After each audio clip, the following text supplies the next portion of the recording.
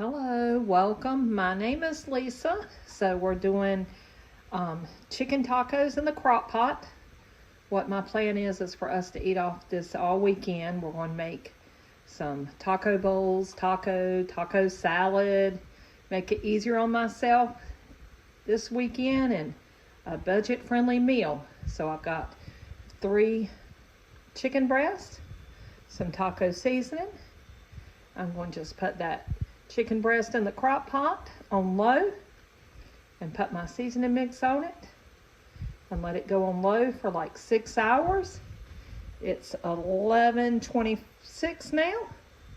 So let me get this in the crock pot.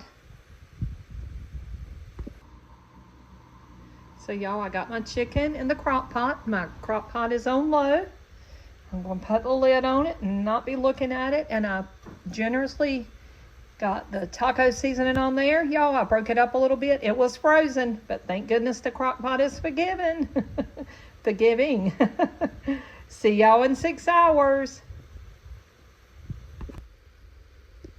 Y'all, my chicken tacos are smelling good. I think they're done. Wow, it just falls apart. So we're going to eat off this for a couple of days.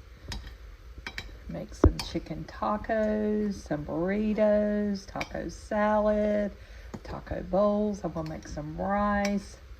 Get out some black beans, some corn, sour cream salsa. House smells good. Bye for now.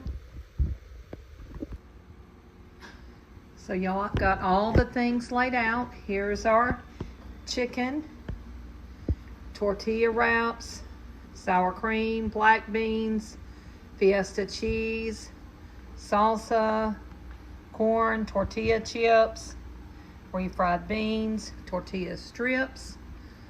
For a salad topper, we've got some lettuce. I've got my rice going. So everybody can make whatever they want for the weekend. Thank y'all for watching.